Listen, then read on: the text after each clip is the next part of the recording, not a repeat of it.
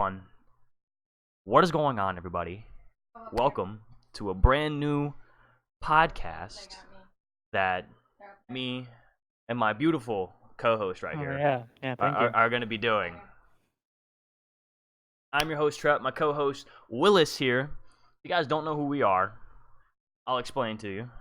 I'm a professional Call of Duty player. I play for the Dallas... No, I'm just playing. I am a streamer who plays with Father-Son Gaming. I am most notoriously known for absolutely nothing.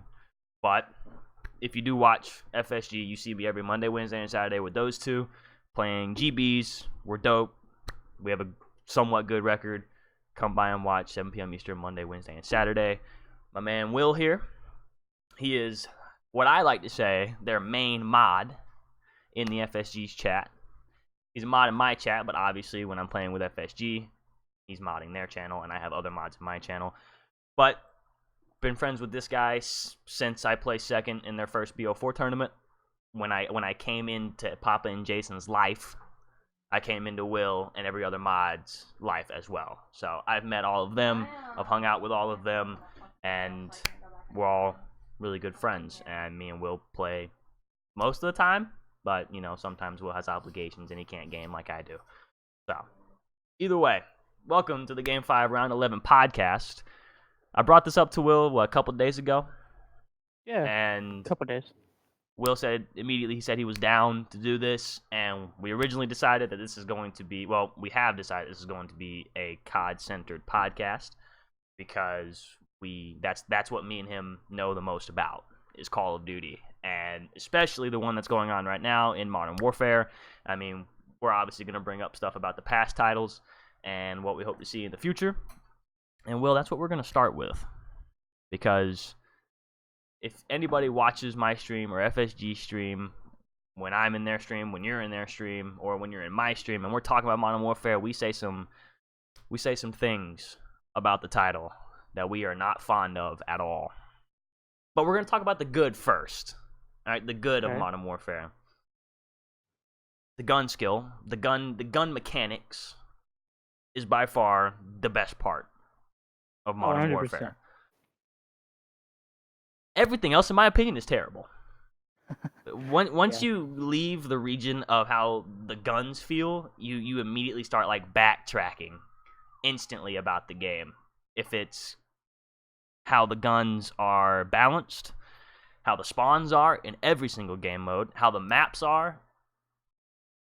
So, with Modern Warfare, I'm gonna say it straight up. I don't enjoy this game whatsoever at all. Like, this game is something I probably would have enjoyed when I was like 12. But when I was 12, we actually had a good Call of Duty. But now that, you know, franchising's a thing with the competitive scene, you know, this game was supposed to be the marquee game that, like, you know, set Call of Duty on the map, you know, for the competitive play at least. And we were thinking, oh, we got franchising coming in, you know, we're gonna have a spectacular game, like we're gonna have a fantastic one. And Will, what do you got to say? Because I have personally been like let down to the lowest standard by Infinity Ward and this COD. You know, I've been watching Call of Duty professionally probably longer than you have. I mean, I am 4 years older than you. Oh, 100%, yeah. There's been a lot of up and downs in the scene, and it's rough, man. Like, we got so much promised to us for this year, you know, and then they immediately sidetracked, and it turned out to be everything we didn't want. You know, Call of Duty has had this format about it in its professional scene since it began. And the thing with franchising is they wanted to change that. I mean, think about Call of Duty, professional Call of Duty. When you think about professional Call of Duty, open events, right? That's what Call of Duty is. And they were going to take that away. And they kind of have taken it away to an extent. Mm-hmm. So I think that's my biggest letdown with this game, is that they changed the competitive scene in a way that like no one wanted. Yeah. And luckily they realized that very quickly, and they did start talking to pros. I'd very much like to know what pros they talked to. I mean, you know, Aches was there. Yeah, you Aches know, was but I feel like there. they also talked to the pros that don't have as many achievements as like Scump and Formal Yeah. and Crim. You know, Aches is always going to be at those discussions, Hmm. but I feel like they had people like TJ Halley and Maybe. Dashy and Enable, you know, people like that there to give their opinion. And coming from someone who competed for 7 years and I only competed at events in Black Ops 4, but you know, growing up in the scene, like it just like every year it just got worse and worse and worse. And like this year has been the worst it could have been because, like you said, trying to take open bracket tournaments away. You know, they said they tried to even it out with the whole challengers division on for the AMs and saying, oh, you know, you're still gonna have this division to play for whatever you want to play for.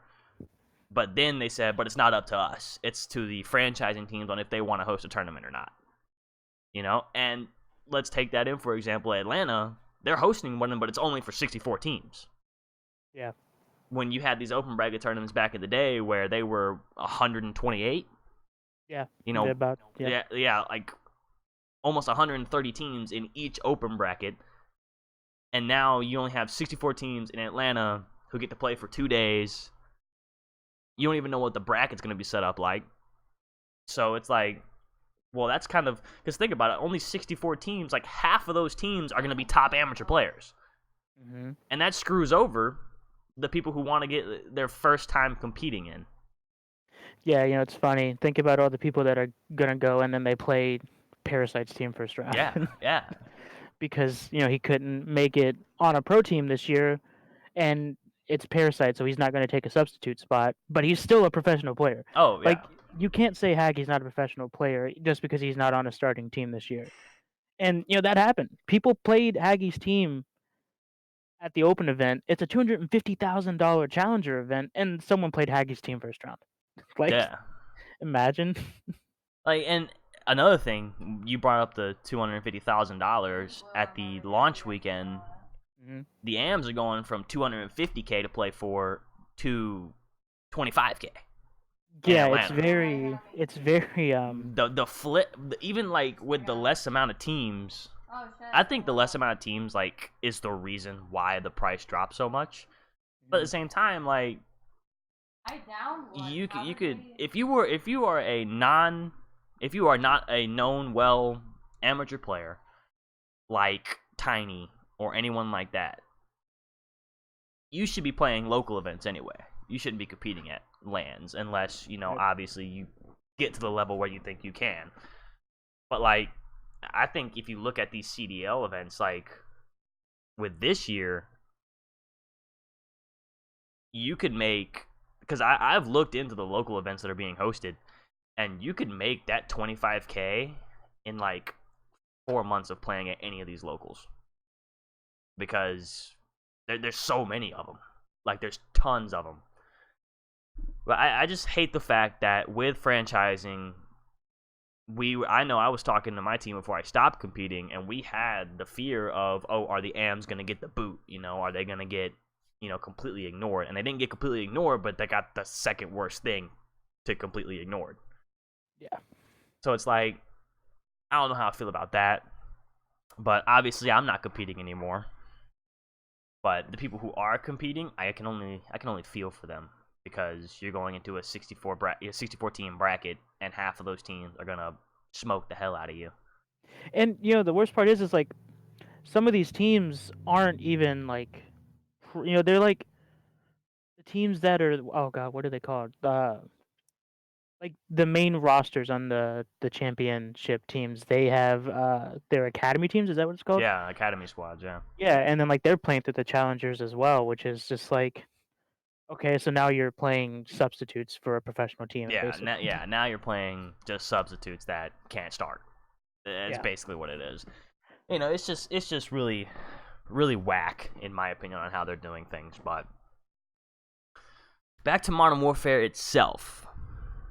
And I remember I was watching the Eavesdrop podcast, and Envoy was on it with Hex, and he was talking about it's every single year, and there's no way to prepare for it, but it's every single year that the devs for the game release a patch that ends up breaking something more than fixing anything. And Yeah. based on Modern Warfare and how the patches have gone, I feel like nothing has been fixed. Like, I feel like you had the guns broken, the M4 and the MP5 broken for a little bit. They got nerfed a little bit, still overpowered. They got nerfed for a second time, like a week ago, still overpowered. You know? And they say, oh, we've updated the spawns. Complete and utter dog shit. Still. Now, the only positive that I've seen in any of these patch notes and any of these updates for Modern Warfare is for the competitive scene. Headshot multiplier is gone in CDL. Dead silence. You no longer move faster, only in CDL. Domination. You can neutralize a flag before capping it, only in CDL. That makes no sense to me. Why are we updating only the competitive scene?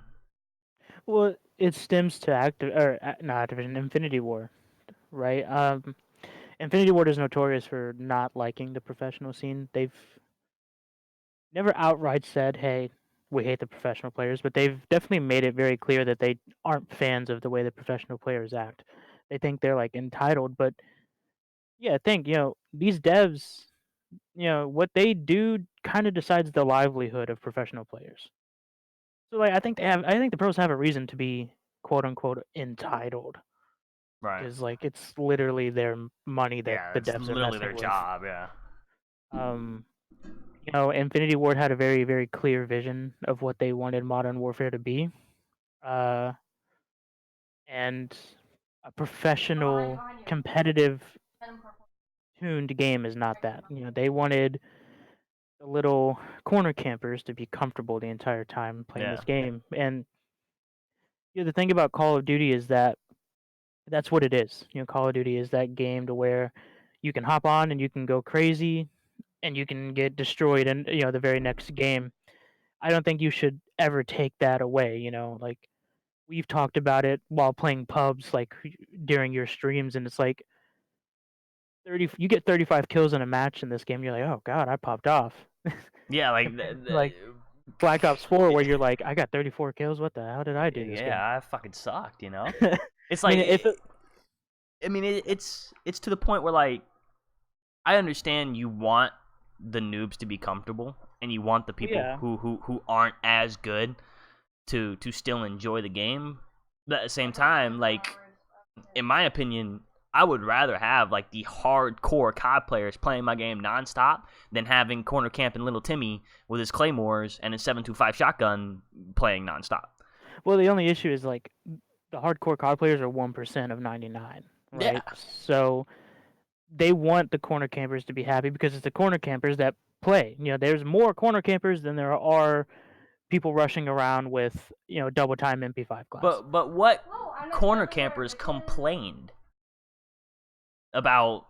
You They've know, always complained. yeah. Well, I mean, they've They've always always complained. complained, but at the same time, look at the pros of what they said. Like, you play the game to get better. Exactly, but they don't have that mentality. They don't have that I need to be the best mentality. If you're sitting in a corner for 10 minutes in a TDM, right?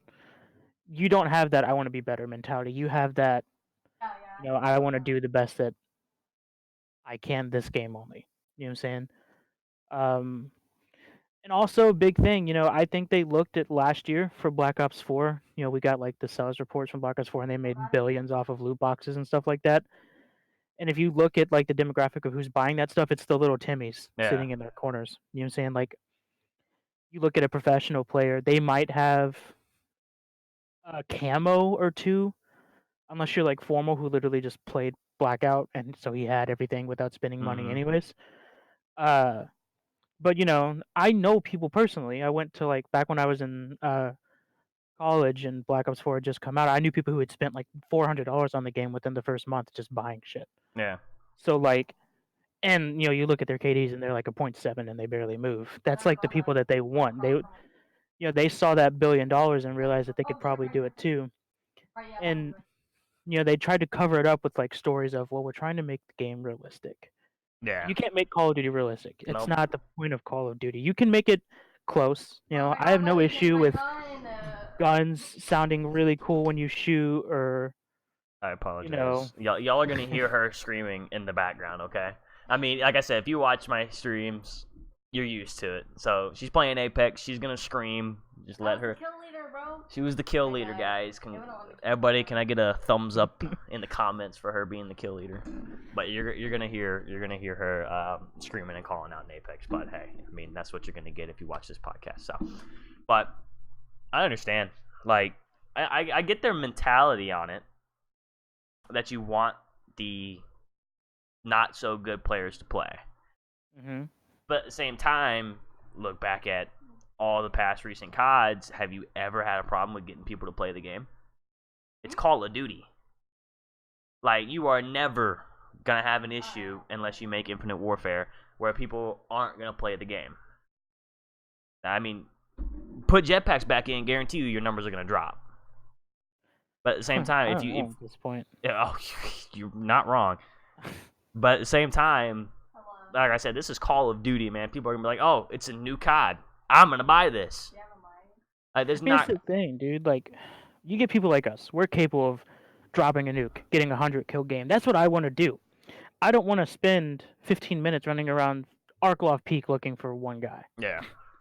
That's, and there's a simple fix to this. If they want a game geared to the people who are less skilled, we'll say that. Let's not try to insult the fan base. You're garbage. No, I'm just playing. You mean you are?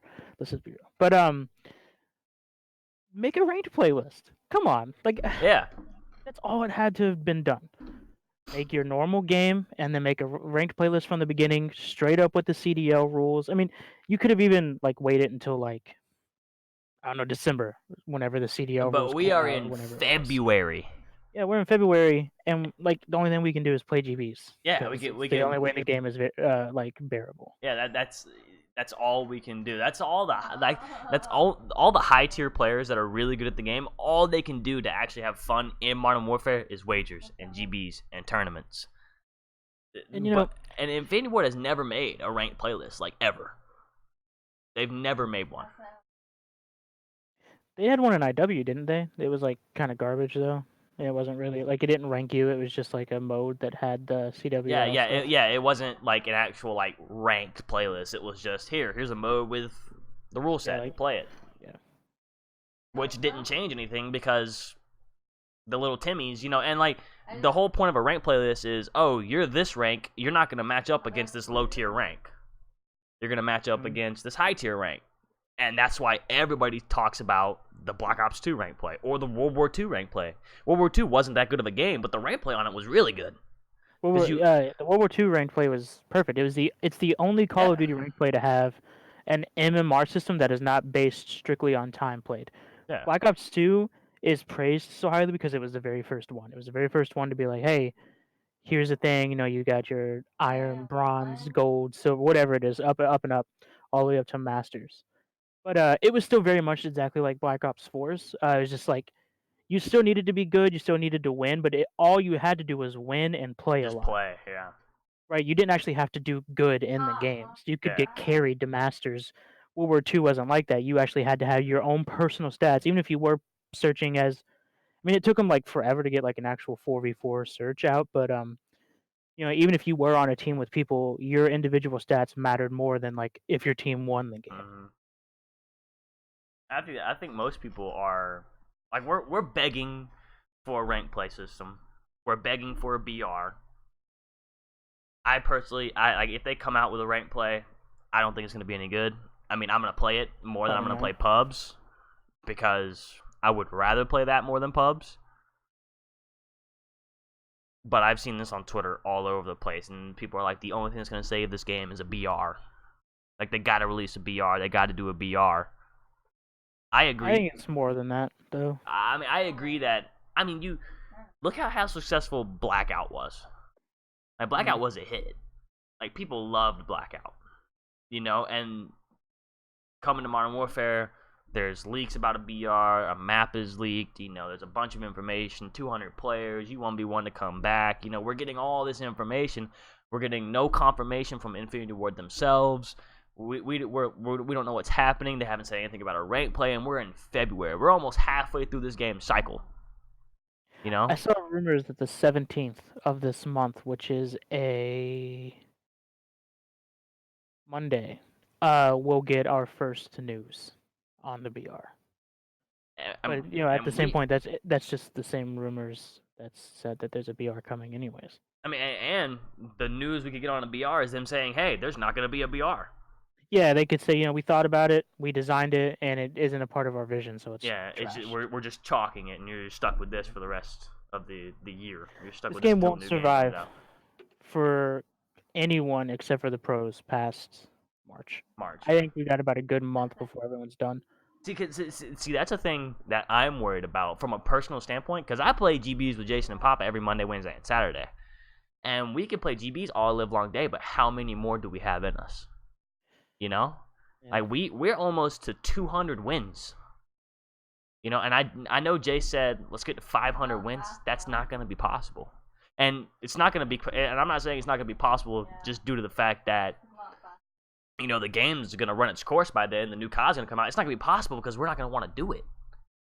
Like, I'm already like, Jace is a good player. I'm a good player. Papa's there for the entertainment. He could pop off every now and then, But, like, my mental capacity is being reached by this game. Like, I find myself raging more and more every night we play. And I think even, like, especially with Papa, and this is no offense to Papa at all, but, Papa's a 63-year-old man who plays this game. He enjoys it. He has a fun time entertaining. But at the same time, there's only so much Papa can take. There's only so many games Papa can play. And once it gets to the point where Papa just cannot do it, it's going to get to that point where Jace is like, well, shit, what do we do now, Trep? And if I swear to God, he looks at me and says, all right, me and Trep are going to do 2v2 GBs while Papa entertains him. I'm like, nah, hell nah, you better pick up Bounty or Will or somebody. I've run my course with this. That won't happen. It definitely won't. But I think like you said, the only people that are going to survive off this are the pros and the people making the big bucks off the game. The casual players are going to eventually run dry on this game if a BR is not released. Like, there's got to be something new, something fresh, and everybody wants a BR. Everybody loved Blackout. And everybody thinks, hey, we deserve another BR that is Call of Duty based. That we can that can keep going even after the end of this game. Because Blackout's still going. TP, Mert, Maven, Bobby Poff, Doug is Raw. They all still stream it for over 1,000 viewers almost every single day. So it's like Blackout is still going. I think that group of people they're like a special case though. They're like they're nasty at it. That's why they play it. Yeah. They're nasty at it, and since they're nasty at it, their community loves watching it. Mm-hmm. I wake up in the morning on my off days, and I sit down, and the person I turn on is TP, and he's playing Blackout. I would much rather watch TP dominate somebody with a paladin than watch Formal scrim and play Ground War on Modern Warfare. And I played competitive COD for 7 years. I love watching competitive players and competitive tournaments. But I have watched like maybe 30 minutes of a professional player's scrim in this game. And Black Ops 4, I watched hours of scrims. It's just... I've got a very unpopular opinion when it comes to a battle royale for this game. I don't think it should happen. I know, like, for people like you, it needs to happen. Something needs to come out to spice it up for you. But think about how, like, Infinity Ward has, like, already treated this game and how they've handled it, and then apply that to BR. I just can't see a BR being fun with this developer. The thing is about the way I look at battle royales, obviously you can't. I can't really compare, Blackout to Fortnite or Blackout to Apex, because the designers of those games, that was their game. That's what they designed, But you got the COD designers. They have to design a campaign, a multiplayer, a Spec Ops mode if they have it. So people were upset with Blackout about, there's not many updates. You're not doing any cool shit like Fortnite.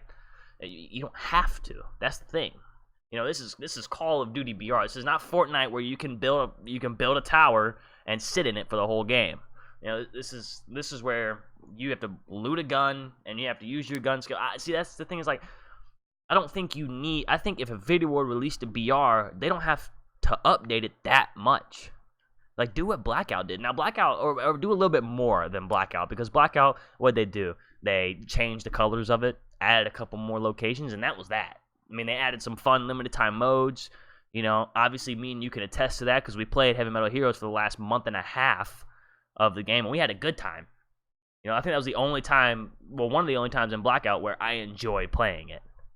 Yeah, I mean, speaking from someone who like for a little bit had a commitment, and you too for like the end of it there. I had a little bit of a commitment for about 2 months to play Blackout every Monday, Wednesday, Saturday because I was helping Jason and Papa with the stream. Mm-hmm. Two duos got a little too stale for them, and so me, Genius, and Hybes I think was like the other fill in for when Genius wasn't there. We played it, hours on end every Monday, Wednesday, Saturday, and I liked it at first. It was very, very, very fun, but I can promise you, man, it was way better when Heavy Metal Heroes came out. Oh yeah, and that's what I mean. Like obviously, if they release one, everybody's gonna be stoked about it. Like for the first month and a half, everybody's just gonna be on the bandwagon, on the train. Everybody's gonna be hyped. Everybody's gonna be playing the hell out of it. But eventually, something's gonna have to change. Something's gonna have to be updated. Something's gonna have to be put in to where it spices it up again. And I think how Fortnite's doing it is a good way. And now that we have a battle pass in COD, they have they're paving a path for the opportunity of a BR with the whole season mechanic. They can change it up every season, and the seasons are what 60 something days. Yeah, like 3 months. Like 3 months or 2 months, something like that. Like 2, 3 months. Yeah, because I think this one was what 2.5, 3 months, something like that. Yeah. Like, if you're having a season mechanic like this that lasts this long, that gives Infinity Ward or whoever helped design this BR plenty of time to come up with something to rejuvenate the BR the very next season. Add new locations, change the map up, give us a whole new fucking map, which won't happen, but do something. Add the limited time modes. Like, it gives them an opportunity. And honestly, that's the way I would do it if I was part of the dev, group that was making a BR for Call of Duty. I would look at it season by season. Release this base season because nobody's going to be asking for anything crazy. They just want a BR. Give them the map, give them the mechanics, give them what they want, and then moving forward, update it. Change the map up, move some stuff around, add some new stuff. Make the map seasonal.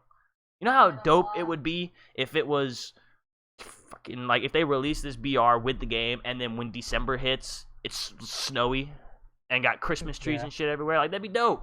Like that's what Blackout should have done. Like Blackout released with BO4 when December rolled around and when the winter season came around, they should have boom put Christmas trees everywhere and had it snowing and not crazy to where like you couldn't see shit, but like had snow on the ground. Stuff like that is what intrigues people or intrigues my little brain.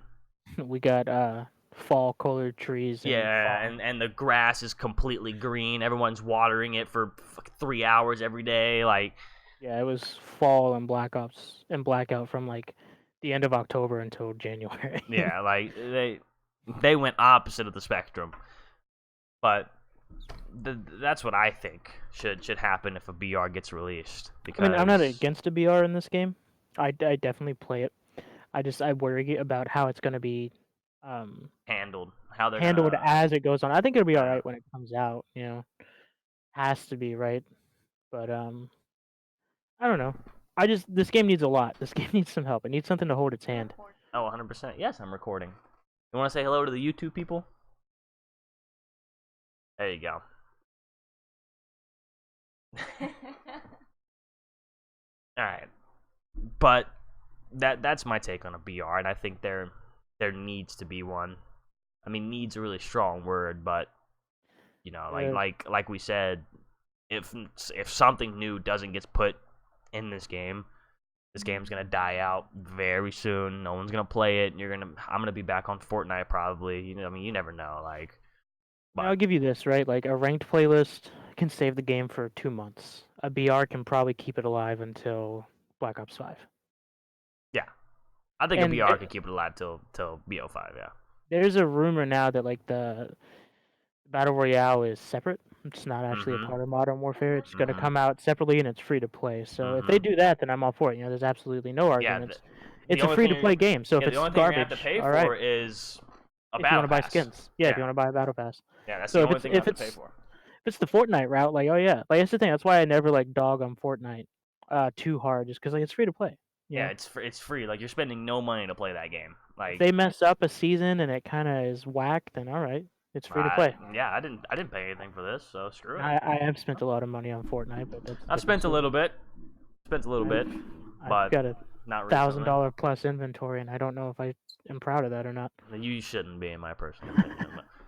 But anyway, moving forward, CDL, Okay.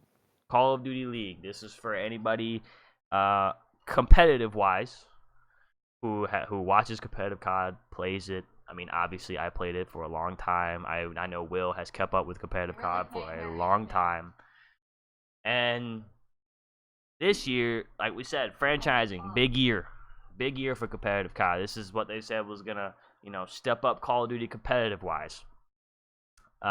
We started in Minnesota, right? Yes. And we're gonna go through the 12 teams that are part of the Call of Duty League. I'm gonna do this like the rankings in a row, uh, after the first weekend because I feel like that just makes it a little bit easier. Okay, like who performed the best to who Yeah, so performed the like worst. yeah, Okay. number one to number 12. But like I said, we started in Minnesota. If you didn't watch it, it was a lot of fun. I personally enjoyed it. I think the podcasting needs a little bit of help, but They fixed it. I think I've watched. There's a Call of Duty College League that mhm. exists. I don't know if you've ever heard of it. Yeah, I've heard of it. Yeah. Their season just started, and I watched a little bit of the matches, and the way they did, the Codcaster was really really good. They just kept the scoreboard up the entire time, Mhm. and then like on both sides, and then that's all they did. They never showed player faces or anything like that. Because I mean, I'm gonna be honest with you, I don't want to see the player faces. I know Yeah, what they I look don't care like. about seeing Illy's ugly self, dude. Like, I don't want to see him. Like, I don't care when his picture goes dark and he's dead. Like, I want to see the stats. So like, I I mean, have a draft league, man. I need my players doing good. if they keep the scoreboard up, don't do any of the weird third person and free Weird camera camera, yeah, angles. Like it'll be fine. It's a pretty good looking Codcaster. yeah, yeah. I agree with that because when they did that in Minnesota, I was not Yeah, man. having a Like good time. during the Seattle's game, one of Seattle's games, Karma popped a 5 piece, and they were looking at on Gunrunner, and they were looking at P2, and they were on P3. Yeah. So it was Like, just like, what did we? and what the Yeah, hell are you doing? You know? I'm happy. I just stared at a crate. Stare at a crate while Karma's killing the whole enemy team, but Yeah, like we're back in the back fucking warehouse, and Karma's killing me. It's like, all right.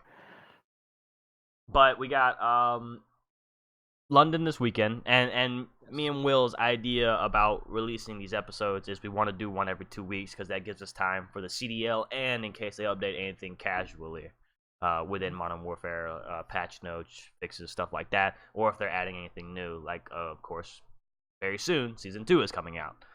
Tuesday. So Tuesday, Season 2 is coming out. So we'll record another episode sometime next week after London and all that, and so we can talk about everything Season 2 wise, talk about London and everything like that.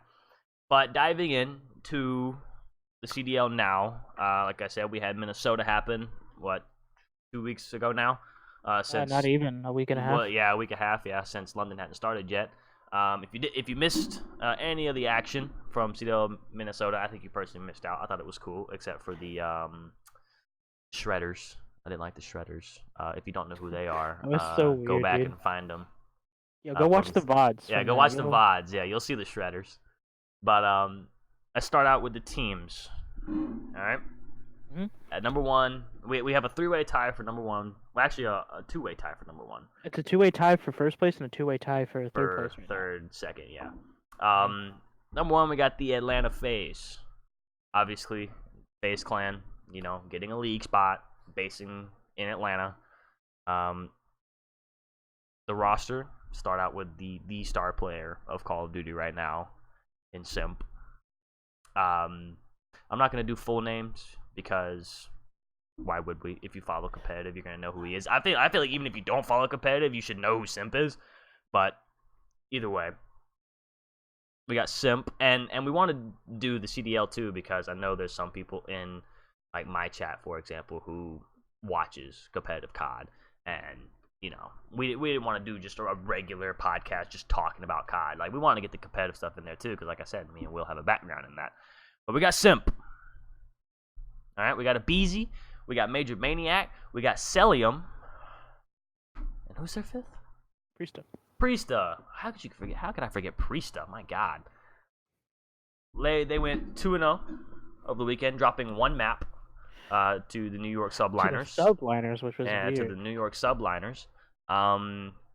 They were dominant, to say the least. Mm-hmm. The best team as of right now in the CDL after launch weekend. Simp had a 6.5 S&D KD. I think he had the number 1 overall KD for the weekend. Yeah. Celium was not far behind him. I think he had like the number 1 Dom KD, and Simp had the number 2. Yeah.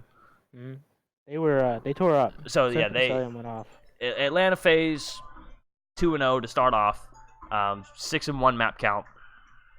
They did extremely well, and in my opinion, are the number 1 team right now to beat in the CDL. But they will not be at London, and that takes us to our next team in the Chicago Huntsmen, and another. If you look on paper, God Squad team. You got Scump, Formal, Arcides, Envoy, and Gunless. 6-1 map count. Right? Yeah, because they 3-0'd their second series.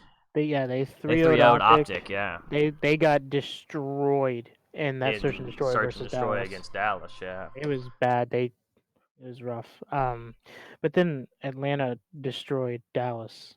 So I mean, even worse. So it's really hard to tell. Like, I mean, it's obviously, hard to tell who the best search and destroy team is right now because like you got Dallas looking good, but then FaZe also beat them. So like both of those teams, like that's gonna be probably my favorite matchup this year. Is strictly games 2 and 5 between Atlanta and Dallas. Yeah. I mean, I think Atlanta has, as of right now, has cemented themselves as like the number 1 team. Yeah, right now they're the guys to beat. Yeah, they're the team to beat. Like everybody wants to beat Atlanta, and I think it's kind of like a up in the air on everybody else. I think Chicago's like put themselves at number 2, but they played a Dallas team that didn't look that good, and then they played an Optic Gaming team that everybody knew was going to be absolutely terrible. So, I think we just need to see how every team continues to play. But back to the Huntsmen, superstar of the weekend, in my opinion, Arcides. In the Dallas series, he was unbelievable. He played very well in the Dallas series.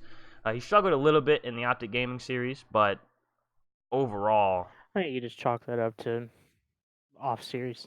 Yeah, but I think he had the number 1 KD on Huntsman for the weekend, and I think Scump was behind him. So obviously, everybody knows Scump, the king. He played well against Dallas, and then played well against Optic as well. So got a lot to prove this year. Oh yeah, 100%. Yeah. Scump's had 2 years back to back with World War II. That Optic roster was the internal issues with T2P. Yeah, but they're back now. Black Ops 4. A lot of people put blame on individual players for that Optic squad last year, and I don't think it was individual players. I think it was the team chemistry. Yeah. I think you had a rift in the team. I think you had Krem and Karma who wanted to treat scrims like they were playing tournaments, and then I think you had Scump, Dashy, and TJ who just they're scrims. Let's not hate our lives because we're scrimming. Yeah. And a lot of people put a lot of blame on Scump. I know myself personally, having been an Optic fan since 2011. Yeah. I kind of there's a little bit of love-hate relationship with Scump for me as an old school Optic fan, because he is like that. He is a diva. He's very funny. I think he's a very enjoyable guy to watch and stuff. But when he gets in his moods, I definitely think he can struggle. So that's one thing I'm looking out for this Huntsman squad is to make sure that Gunless and Scump kind of stay in that right mentality all year. Hmm. Because both of those players are known to get kind of, it kind of seems like Scump gets in like his mood of just being settled, Yeah. and then Gunless is known as like the most toxic Call of Duty player. Oh yeah, yeah, 100%. But I agree. I think they have a lot to prove. I think, especially Formal and Scum, T2P being back, I think they have to. They have a lot to prove just because of how everything ended with them Yeah, in World War II. I mean that So, those two are a championship duo. oh yeah, A lot of 100%. people are looking to them to keep that caliber. So a lot of eyes on Huntsman, especially considering that's Hex's team now, Oh and yeah, got the support of the new green wall. So yep. a lot of eyes on that team. It's probably the most watched team right now, even if they might Oh not be like the best. yeah, 100%. Definitely the most watched. But moving on Um, to third place, yes, we third. got Roker, who that was the Homestead event there for them. And one thing that I saw that I really really liked was seeing the home crowd really go hard for their team. Mm-hmm. That building, the arena, I think is where it took place, or the armory, It's the Armory. Yeah, the yeah. Armory. Uh, that place didn't really get too loud that weekend, but when Roker came out, it got loud. Oh yeah, I mean, and plus when you have Minnesota in January, Mhm.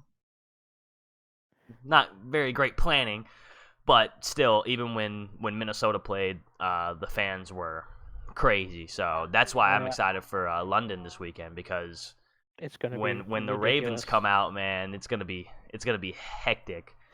I saw in hard points that Maven was discussing they don't know if they're gonna do the walkout again, like they did for Yeah, every yeah, team. yeah, I think Maven's idea was that like they should do it for this event and then cut it because for London it's gonna be better than it yeah. was for Oh, Tennessee. 100%. Yeah, the European crowds are absolutely. I think it's still gonna be dope for if they did it for Paris.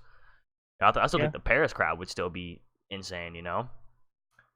But the roster for Minnesota. Uh, got Silly, Assault, God RX, Alex, and Asim. Hmm. I, Um, I look at this roster as 50-50 of being good and being average. yeah, they're kind of like a black sheep roster. Yeah, Um, they're underdogs in my opinion. every single one of these five starters has gone off at one point. Hmm. You've definitely heard Maven screaming their name at one point, but at the same time, there's been a lot of instances to where they've kind of been that lower tiered player on their team. Yeah, Um, inconsistency. I think we're really looking for Silly and Asim to kind of go hard for that team because Silly's proven himself to be a very good player when he's like surrounded by a good team. Hmm. And Goddard X has had some really good moments too. Assault, I think Assault's coming in on like that veteran leadership. Seems like every one of the teams of the 12 have like that guy on there that's like Hmm. the veteran leader. So I think that's probably how it is. But other than that, that's about all I can say for the team. Like I said, they're kind of like that black sheep team. They have the very high potential to do well. They also have the potential to be one of the lower tier teams. Yeah, they definitely. I feel like I said, I feel like they're a 50-50 team. Yeah, They could be hot one day and then the next day just not be that good. But of course, after weekend one, 2-0, not a bad start there. They had like a 6-2 map count. Because yeah, they 3-0'd Toronto and 3-2'd the Gorillas after the banned perk instance that the Gorillas mm. had. It's But very important to keep in mind too that like they play two of the lower tier teams. yeah, So I mm-hmm, want to see what happens when they play like one of the top two. mm-hmm. See if they can compete with them. But Yep. tied with them, we have the Paris Legion, who if you watch my streams, I bought their CDL stuff in Modern Warfare. I love this team. I love their colors. Are they going to be the best team in the CDL? No, not at all. But they had a good showing in Minnesota. Like you said about Minnesota, though, about the Rocker, they played two of the lower tier teams. Well, I mean, Well, could you call London low tier I though? don't I don't think you could call London a low tier team. I think I think the thing with Paris is everyone was saying they're the worst team. Yeah. They had only played European teams because they were stationed Hmm. in Paris, Yeah. so they couldn't really scrim American teams. London wasn't stationed in London. They, London. Yeah, they were in the I'm U.S. Yeah. Weskin and Scraps and all them. They live in like Vegas or something like that. I Yeah. think that's where the twins live, and so I think Paris just came out hot, and the fact that they could come out that hot, even if they were playing two lower tier teams, kind of shows that the European scene still has some people Oh yeah. worth something. Like Hmm. because they weren't scrimming any American teams, but they were evidently scrimming someone to make them good enough to beat you know Hmm. a team that has the potential to be extremely good in London. 100%. I mean, the way they played against London, I think, shows because London came Mhm. out and absolutely dominated New York. Yeah, And I think everybody was like, "Oh, London's gonna be a," after that match, everybody was really hyped on London, and then Paris came out against London and just shut them down, 3-0'd them swiftly. Made a comeback on Search. They were down like 4-0, won it like 6-4 or 6-5, and then just they didn't really dominate in the respawns, but they kept it close the whole time, and in the end, ended up winning them. But you got the roster of Breezy, Dens, Kismet, Luca, and Zed, and one, or well, technically two, American players. Phantoms being a sub for the roster, but Kismet, I believe he's American, yeah. Kismet is American, yes, So he's the only American on that roster. So starting at it's least. starting at least, yeah, and that's a 4 out of the 5 players on the starting roster for Paris are European. So the fact that they can come out and do stuff like that, and like it obviously shows that they have no issue with communication and Yeah, I a read up on team it a little play. bit, and there wasn't like a language issue at all. Apparently, everyone is perfectly capable of speaking. Yeah, And it was definitely a shocker. I thought they were gonna be 0-2, probably 0-6, but they prove that they definitely proved me wrong. They made me want to buy their stuff in Modern Warfare, so I did. but But moving on to the next team is a team I'm actually more curious surprised about, with. I'm curious about them, man. I thought so. This team is the Florida Mutineers. I thought they were gonna be decimated. Yeah, I I did look too. at I this thought they were team. gonna be awful. I look at this team and I was thinking, oh, 0-6. They're not winning a map. They're getting 100-point clubbed. 100-point club for someone who might not know what that means is in a hard point game whenever the enemy team reaches a score of 250 before your team can reach a score of 100. Um, but I've yeah, had man. that happen to me multiple times. Oh, so have I. If you're if you've played a competitive hardpoint game, you've been 100-point clubbed.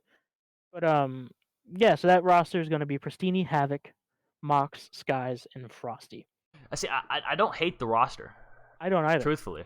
Like You have I think Skies and Mox really good for that team. Mox is a good main AR, and yeah. Skies is a good flex.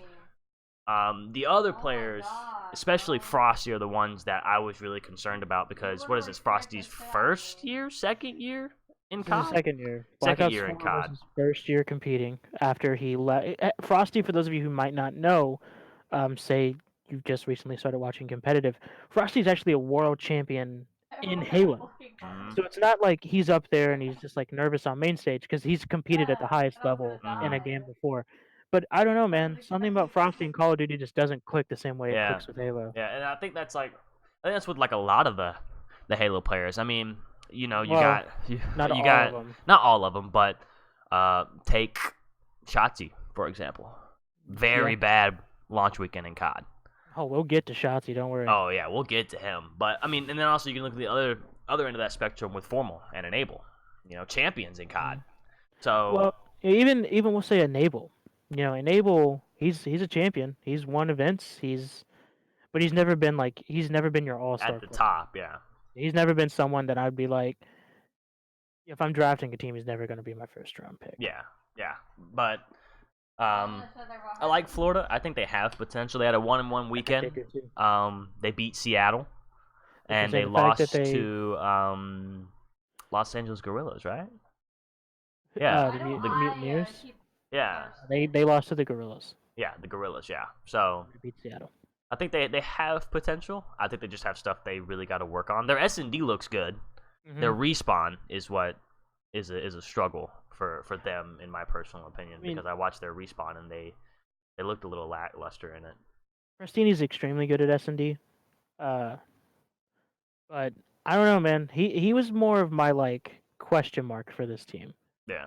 because the fact that he's coming off of a champion like world championship team, because with E United, his previous team winning Call of Duty champs last year, Hmm. and the fact that he didn't get on a professional roster Until until like like, last second.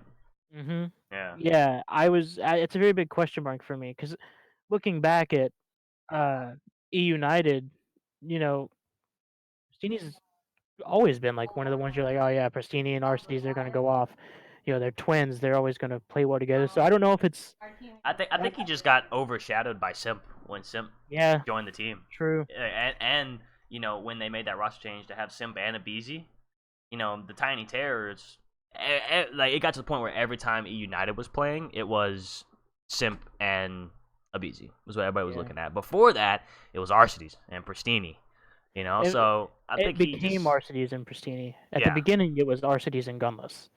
Back when we had true. that When they the had the IW squad. the IW squad, I yeah. think that's just the biggest thing about Prestini is like Prestini's that he's a solid player. He's always doing what he needs to do. But the fact that like when they first jumped onto the scene, it was Arcides and Gunless, because that was Gunless was probably the best IW player. He was Hmm. nasty at that game.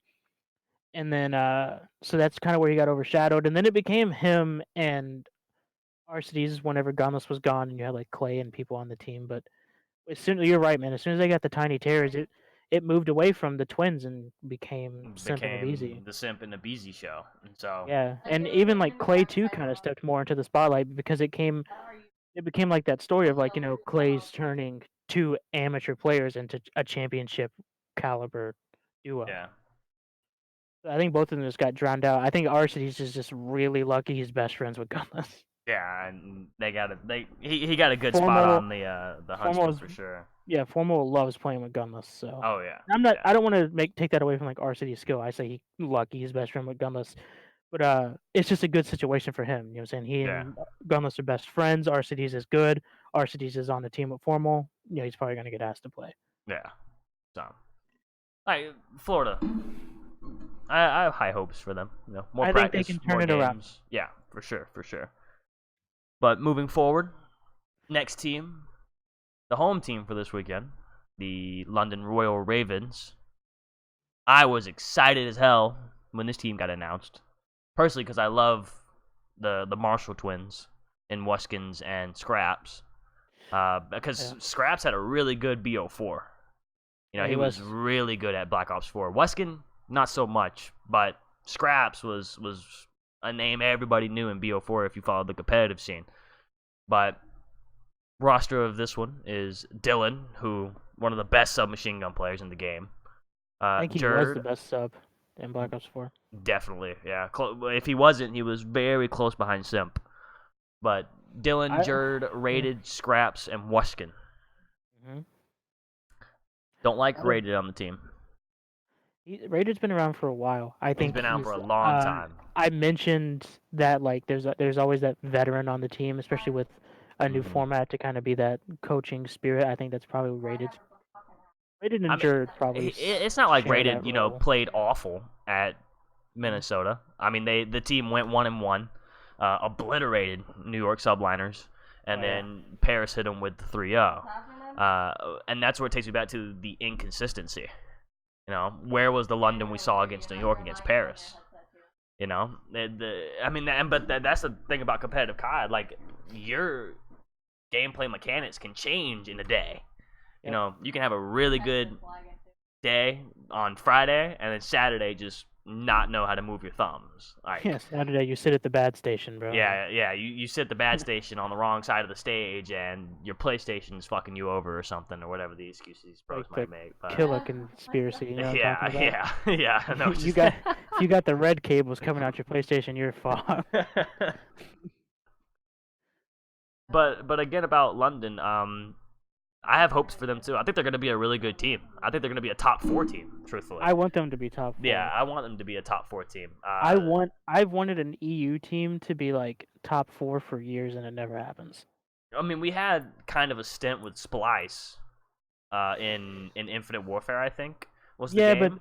but then they'd come up against like someone like like United Optic or and Optic, United and and then just it get was kind blown of out of the over. water, Yeah. Yeah. So, I mean, yeah, I definitely want London to be one of those top 4 teams this year, and I think they have the roster to do it.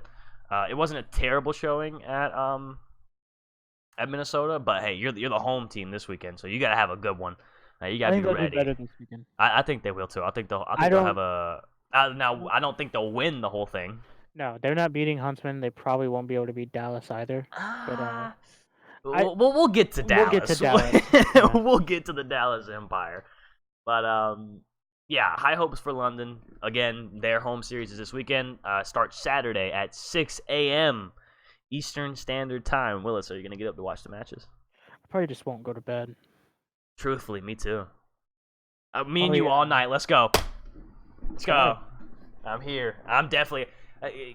Guys, I am a huge competitive COD fan. I have gotten up every EU tournament. Well, I don't know if you ever did this in the past. Every EU tournament, I got up at the time the EU tournament started and watched every single match. There's been moments where like I just didn't sleep. Yeah, I just waited for the tournament to start. But I'm definitely, if I do go to sleep, I'm definitely setting an alarm and getting up and watching those matches. It starts at 5 o'clock in the morning my time. I got no work. I ain't worried about it. But Will, our next team, introduce them. I have absolutely no interest in this team. I hate this team. I don't like a single player me too, on truthfully. this team. Truthfully, me too. And it's not even because Aches, because I actually really like Aches. I think Aches is a clown. Yeah, but we he have is Los a clown. Angeles Gorillas, Aches, Aqua, Decimate, Saints, Blats. No, it's not Blast. It's Lacefield. Yeah. And see that when that got announced, see that's crazy, right? Yeah, you got Lacefield starting over Blast, but see, I say that, and Lacefield had a really good opening weekend. I still think Blast should be starting. I think you can argue it. I mean, I have not seen Blast play this game at all, and I hadn't seen Lacefield play this game at all. But I made a joke while when this team was entering the arena to get ready to play. I made a joke about Lacefield, and I have an old teammate. His name is Los. He goes by Limit, and him and Lacefield look exactly alike. And I made a joke about, oh look, it's Los coming out to play, and we made like the whole stint of calling him and be like, yo, what are you doing on the main stage, brother? Like, we didn't know you were up there, We made a joke about it, and then I'm making all these jokes, and Lacefield was tearing ass in first map.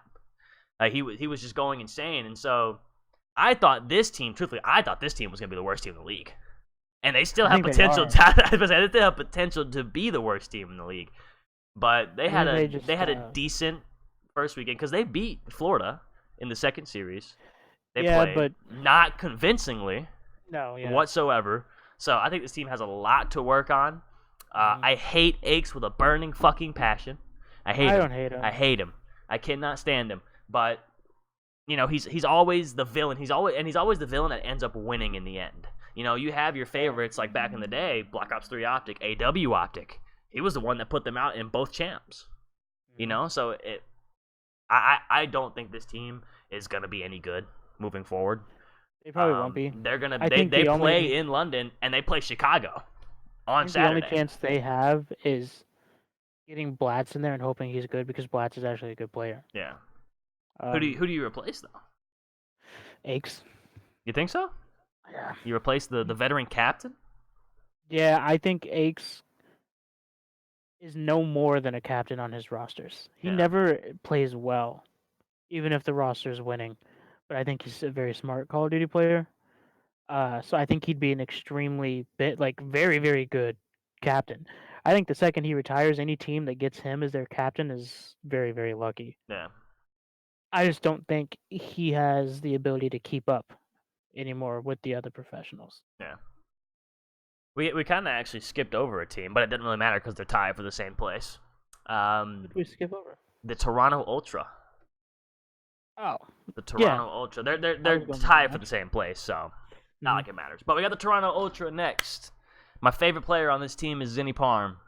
Zinni Parm. Love Zinni Parm. Methods, man. So we got the starting roster of Methods, Metals, Lucky, Looney, and Cammy. Wait, Hmm. no, it's Yes. Methods. No, they dropped medals for Classic. who's the classic? Yes. Does Classic start? They switched. Did they make a change during the? They made a change during the off season, and I literally cannot remember who it was that Hold on, I changed. wonder. I wonder if I look at the match details, I can see who played because this will get us our 5. So give me It was one. literally just like recently that it happened. Nah, this doesn't even show me the rosters. Oh man, why can't I remember who it is? Okay, so it's Methods, Looney, I know for a fact. Cammy, I know for a fact. So there's 3, Mm. and then you have It was their best player got dropped for someone else, and I cannot remember. All right, we're just gonna say this is the roster. We're gonna say this is the roster. We got Methods, Looney, Cammy, Classic, and Metals. All right, I don't think Lucky played. I think that's what the roster was: Methods, Metals, Looney, Classic, and Cammy. I think that was Yeah. the starting roster. So Toronto Ultra 1-1 to start off the CDL. They beat Seattle Surge, and then they lost to the Rocker. They lost to the Rocker in a convincing fashion. Star player for this past, the opening weekend was Methods. Zinni He did way Parm. better than I thought he would. Yeah, he did extremely well. But again, I think this is another low-tier team. I think this team's not going to do that well in the long run. Like we say, when you go up against the Chicago Huntsmen and the Atlanta Fays and the Dallas Empire, are they going to be top form? Or Paris, for example, are they going to be top form to beat any of those teams? But I think Toronto is. I think they're not a team that's going to do that well. They had a decent showing, but I don't see them really doing anything for the remainder of the year. So they're definitely not going to win a one of these little tournaments they got going on. So, No. but I found what I was talking about. It was Bance was spotted scrimming with them over Metals, and Metals was seen scrimming with their academy team. So okay. Metals, for those of you who don't know, Metals was actually the best performing player statistically uh, during Minnesota for that team, and he may have been replaced for Bance. It was one of their substitutes. And they'll be in London. Yeah, Ultra will. So we'll see if that roster we'll find change. out. We'll Yeah, find we'll out. see Yeah. if that actually comes into effect. But our next team, introduce them. I was really disappointed with this team. Yeah. Seattle Surge. Um, on paper, this Very good. team is on paper strictly the second best team, Hmm. in my opinion, even better than Huntsman, just based off who you got. And that's going to be Karma, Enable, Octane, Slacked, and Apathy. All veteran players. Their nickname in the community is the Dad Squad. The dad squad, because their average age is like what, 24.5. Yeah, something like that. Yeah, Karma's a dad. I'm pretty sure Apathy is a dad Apathy's too. a dad. Yeah, Yeah. Um, they went 0-2.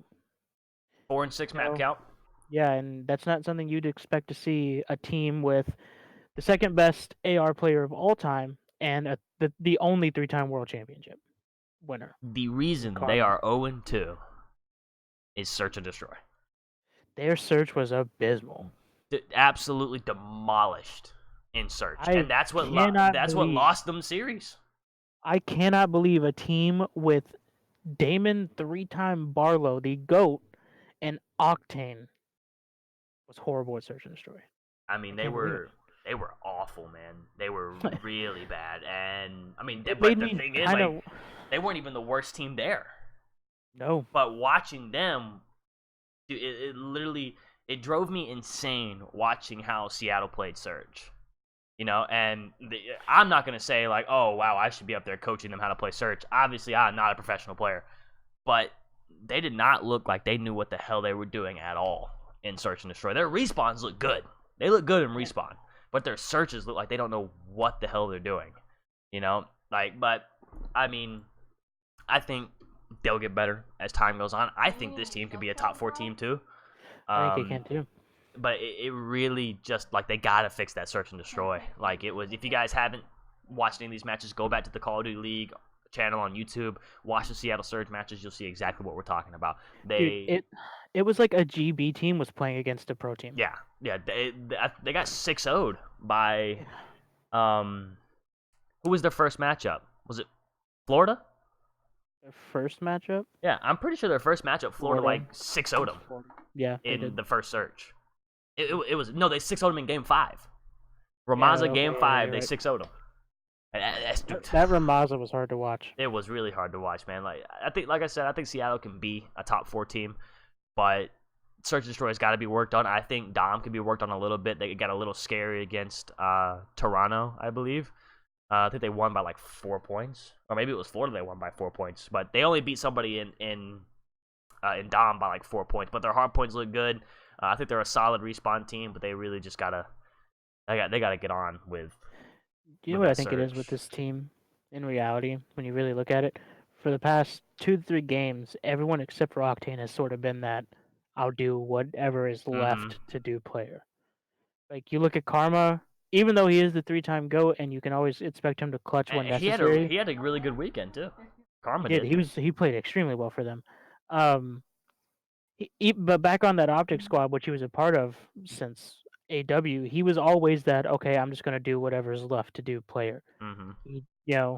Same thing with like Enable on that 100th Youth squad last year. He was the I'm gonna do whatever's left to do player. And Slacked and Apathy have always kind of been that.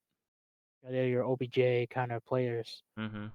Um, and Octane has always been like a Slayer. So I think I just need to get comfortable playing with each other. Yeah.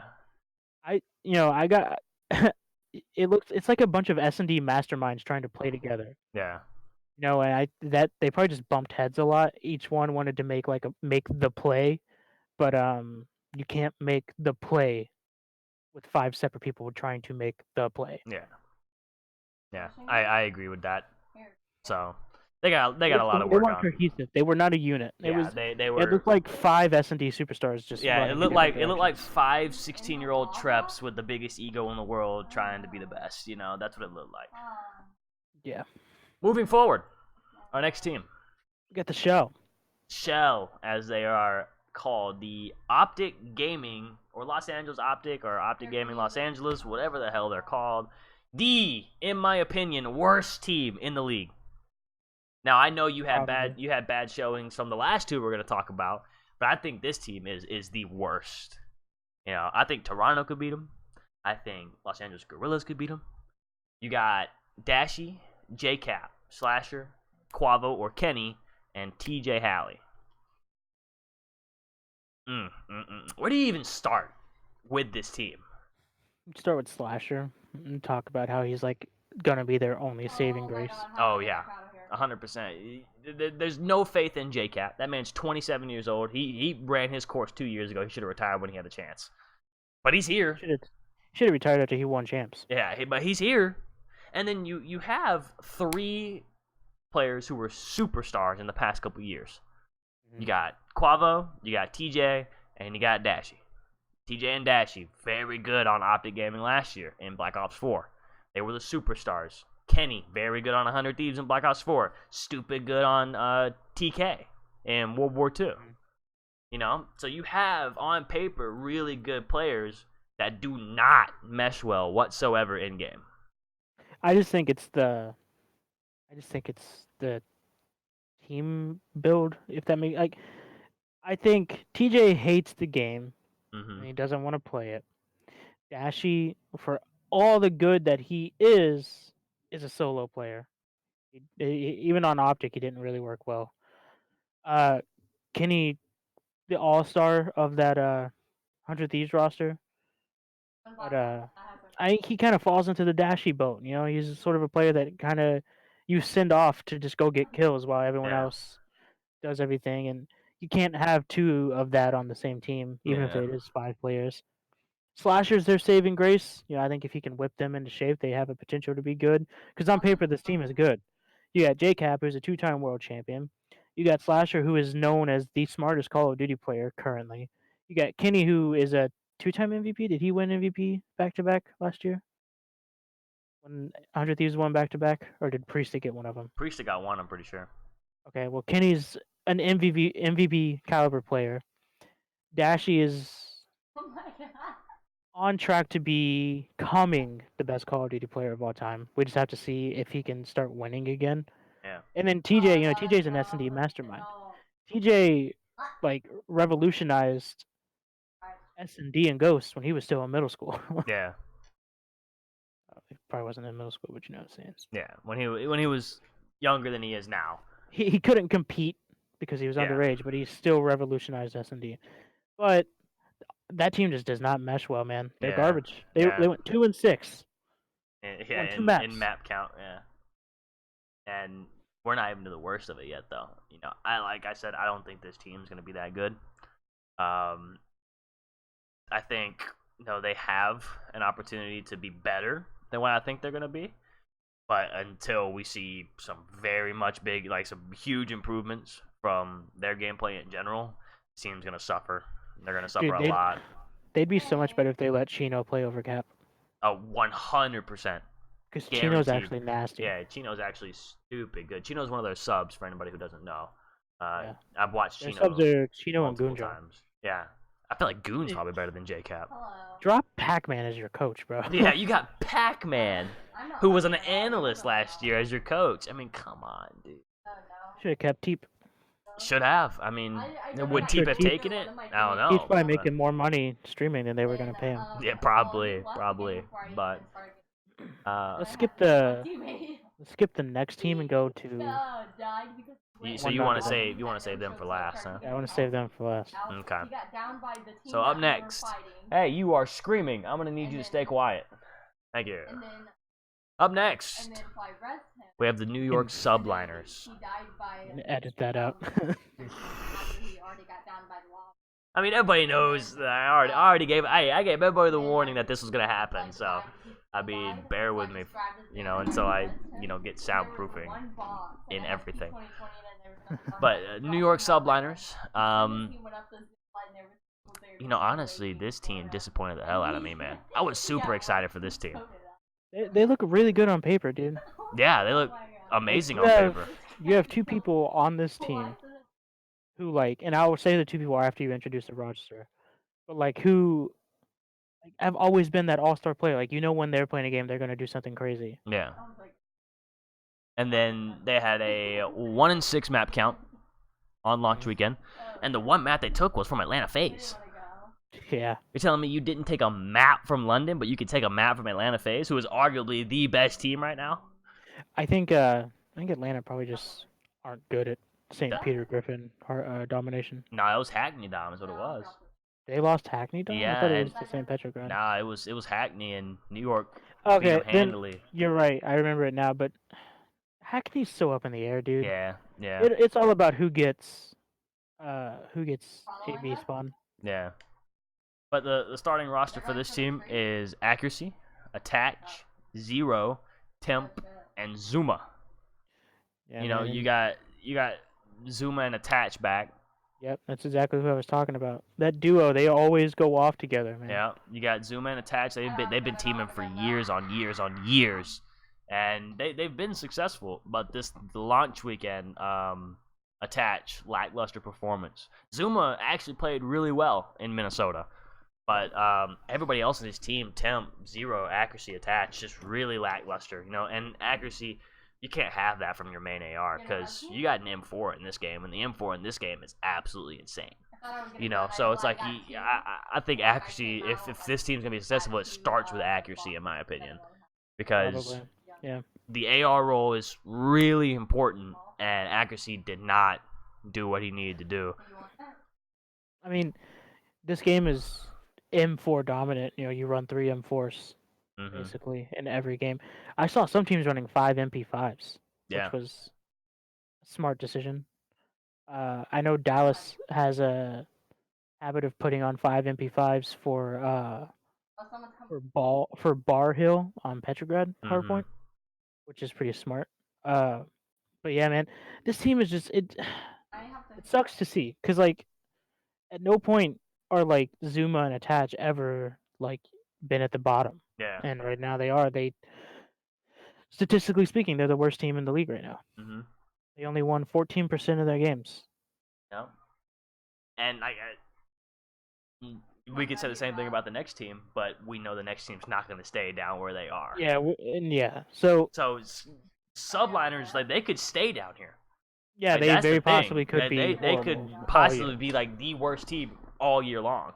But You the know, next so team, it's impossible. There's no way they stay yeah, yeah, top. They stay last. yeah. There's no And way. that next team is the Dallas Empire, made up of Um, Clayster, Shotzi, Hook, Illy, and Crim6.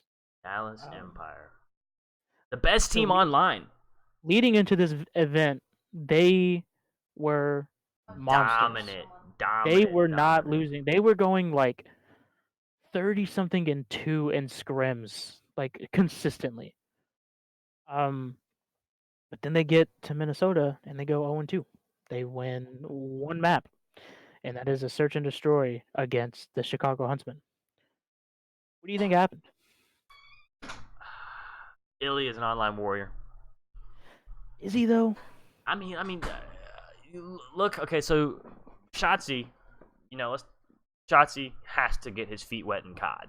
He's only Shotzi got scrim. nervous. Yeah, he got nervous on the stage. His knees weak, his arms were heavy. Mhm. He'll get out of that. He's a world championship Halo player. Yeah, so He will not play that bad again. I yeah, can promise. yeah, he won't be that bad forever.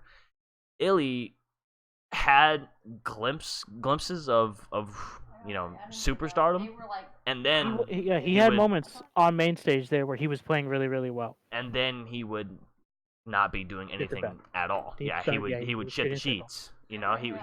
He was not doing anything productive for his team. And you could say the same thing about Hugh or Clayster, but I were would they? say Hook. Hook played Well, pretty Hook, yeah, good. Hook played extremely well, Hook but and Krim had absolutely no issues all weekend long. yeah, but the other three, inconsistency and a lot of it, and Mhm. especially from Shotzi. I don't even think Shotzi was inconsistency. I think it was just him being nervous, not playing his game, and like we said, this team will not stay at the bottom. This team will be Shots. back up there before we know it. What do you go 7 and He went like he went like 8 of 35? 34 in a dom Yeah, there's against something Chicago. really bad in that It, Hackney Dom. and it was insanely rough to watch. But like we said, I think that team, won't stay at the bottom. They'll find that groove eventually on LAN, and they will be at London this weekend. And I expect to see better performance. I think who's the first team they play? I think it's Seattle. I think Dallas plays Seattle on Saturday. So I mean that'll be a good matchup for them. I feel like that's a matchup that's like even right now if you're looking at statistics from launch weekend. So I think it just I think their matchups were kind of unfortunate. yeah, They played it was literally the best two teams that they played. yeah, And both of those teams had an agenda to beat them. yep, Huntsman wanted nothing more than to beat Dallas. And, I think Atlanta had this idea that they were the best team in the game. And so the only way to prove that was to beat the people that everyone said was the best team in the game. So I think it was just like a lot of that. I think Illy got nervous. I, you can't say he's an online warrior. Is he good online? Yeah, but everyone on that we've named, every single pro player is good online. They've yeah, all got gigabit internet with like the Nighthawk routers. They all have it, which is funny whenever you hear teams complain like, "Oh, it's all host. They aren't actually good. It's all host." It's like, but you have the same exact internet setup that they do, so you know yeah. This team will get better. they'll get better. This You team, can't have a team with Krim and Clay on it and yeah, expect to be at the and expect bottom. them to be bad. Yeah, I think they'll win. One of these tournaments this year, maybe a couple. But I think they'll win. I think they'll get second this weekend. yeah, I think they'll get second behind Chicago I this think weekend. Chicago's too hot right now. Yeah, I think Chicago's just. I mean, they're on fire. And if they come out and play like they did in Minnesota, they will. They'll win it for sure. In the week and a half that we've had since Minnesota, they've canceled their 2 o'clock scrims for S&B practice. Yeah, so So I think Chicago's definitely ahead of the dangerous. curve right now. Ahead of the curve. They're There's no way Chicago will lose London. I'm calling yeah, it right now. I can't see it happening. I I can't see I it, think they're but winning it. I wouldn't be surprised. But that's the 12 CDL teams, and that was their launch weekend performances. Hmm. I don't think we set it for New York and Dallas, but they went 0-2, 1 Yep. and 6 map counts. So So who? All right. So just what team stood out to you the most? What team as like the best? Which team do you think looks the worst? And then players. Same question. worst got to be New York, man. I expected so much from them, and then they came out and looked like they hadn't scrimmed in this game at all. Like they look terrible. Do I think they can get better? Yes. Do I think they will be a top team this year? No. But they for me, I think they were the worst team by far. Um, the team that stood out to me the most, and this isn't really the team that was the best because obviously Atlanta FaZe is the best. The team that stood out to me, man, was the Paris Legion. Like Mhm. I thought they were going to be awful. They came out and proved my stupid ass wrong, and then I bought their CDL skin in the game because I like their team so much and how well they performed. I think Paris could be a top 4 team. Just fucked up my Discord, but I think they could be a top 4 team. Will they? Probably not. But I was really, blown away by how well they played this weekend, and I think they have a chance to be a top 16 this year. So, yeah, Paris stood out to me for the team that I thought really caught my eye, and players, um, worst got to be Shotzi, man. Like Shotzi, he got all this hype around him. Halo World Champion coming over, hoping to dominate the COD scene, and just got absolutely smoked by these veteran COD players.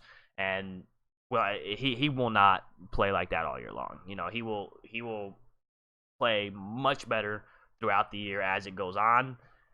But opening weekend, he was not good at all. And I think, like I said, he will play better.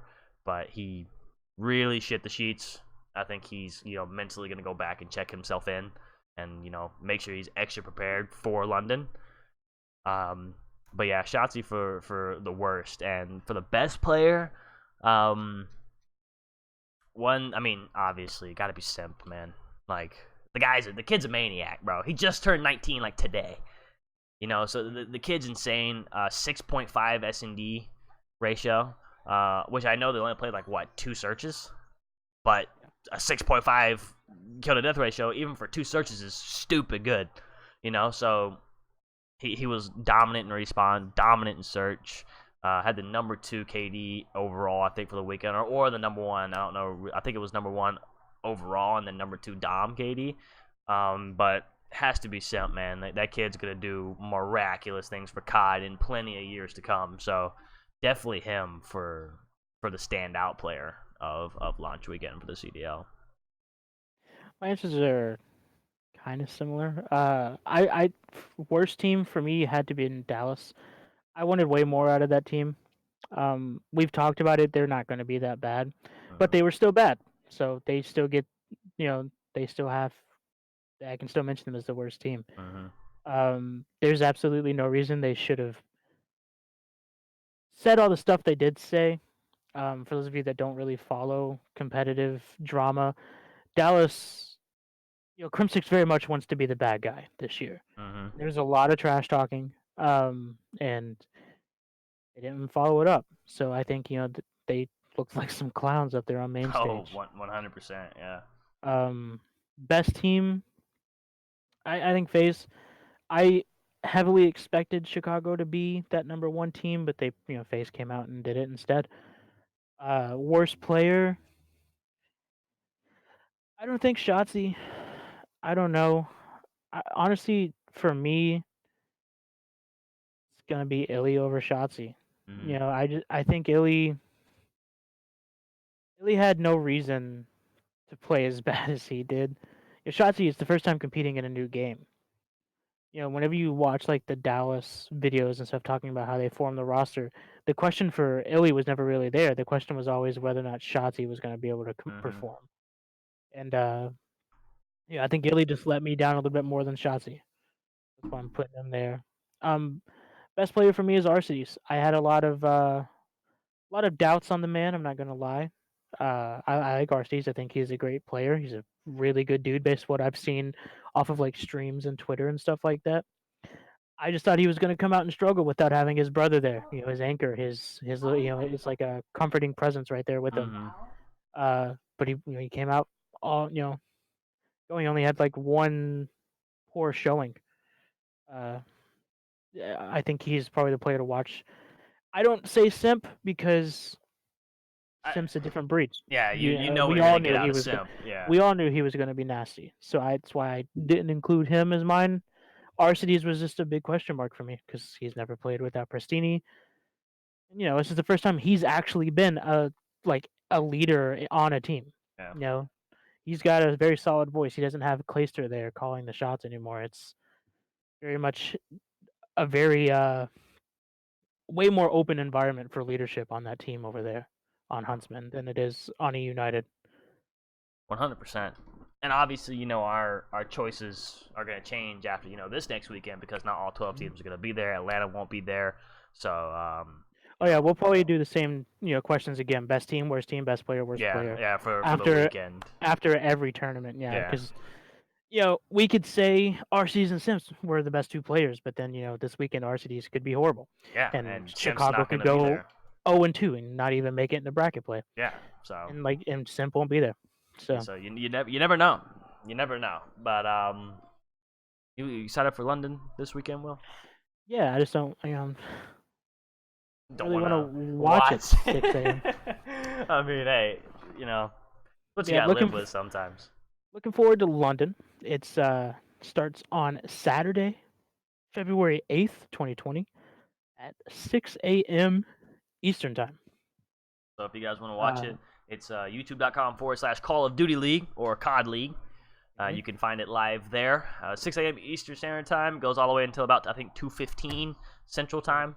So make sure you guys. It's only Saturday and Sunday as well. So make sure you guys, if you want to watch that, you tune on in. It's a big difference this year. Events were only 2 days. Yep, only 2-day events this year, and I think they're doing that because it's only going to be 8 teams at each one. So right, they don't need 3 days. yeah, for 8 teams to play, and obviously there could be challengers at these homestead events, but they're not going to be on the mainstreams. So follow both myself and Will on Twitter. VVTrap for me, Mr. Willis for him. I don't think Will tweets a ton, but I tweet a lot. But really. you can still follow the man, just in case he does. Turn on those notifications for Twitter. Also, make sure you follow our Twitches. VVTrap is mine. Like I said, you'll catch me every Monday, Wednesday, and Saturday with Jason and Papa from Father Son Gaming. Speaking of those guys, me and Will, we might end up having at least Papa on the podcast one time. So we don't know how much Papa knows about whole competitive COD, but with Papa's expertise in playing COD for the past couple of yeyears, I think we can get a good little episode out with Papa. But every Monday. Go ahead. No, go ahead. We are open to suggestions and questions for the podcast. If you 100%. ever have something you want to know about Call of Duty, maybe question about sensitivity, what gun classes you should be running, stuff like that. Send them our way. You can DM us on Twitter or Discord. I'm in Shrep's Discord. If you're in the FSG Discord, I'm over there as well. Just look under the moderator section. You'll see me online probably all the time because I have Discord up. I'm accessible to Discord anytime you need me, basically. So send us questions. Anything you want to hear us talk about, let us know. Might even give you a little shout out. Say this is who sent in the question. Oh yeah, and leave them in the comments too. So I'm gonna be checking in on every episode of the podcast when it gets uploaded. Making sure nothing went wrong, and you can leave them there too. But every Monday through Thursday and Saturday is when I stream.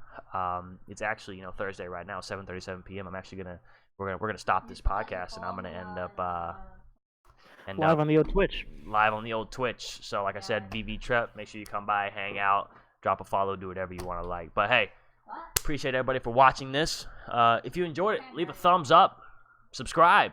Get ready for more future episodes with me and Will, because we have a lot to talk about with this whole CDL season, with the rest of Modern Warfare, all the new stuff that could be coming to the game, including BR, ranked playlists, all that good jazz. Season 2 starts Tuesday for Modern Warfare, so make sure you have your updates ready when that day comes. Clear some space if you don't have any, because I know I'm going to have to.